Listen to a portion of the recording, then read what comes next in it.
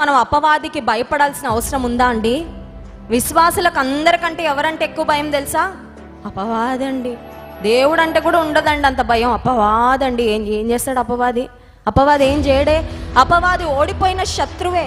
నువ్వు దేవుని పక్షంగా ఉంటే మీలో ఉన్నవాడు లోకములో ఉన్నవాని కంటే గొప్పవాడు. హల్లెలూయా. అపవాది యొక్క బలమును యేసయ్య సిలువలో నిర్వీర్యం చేసి పడేశాడు. ఎలా అంటే ఒక పాము ఒక సర్పాన్ని దాని తలను కట్ చేసి పడేసాక కూడా తోక ఆడుతూ ఉంటుందండి. ఇప్పుడు అపవాదికి జీవం ప్రాణము శక్తి ఏమీ లేదు, కానీ వాడి తోక మాత్రమే ఆడిస్తున్నాడు.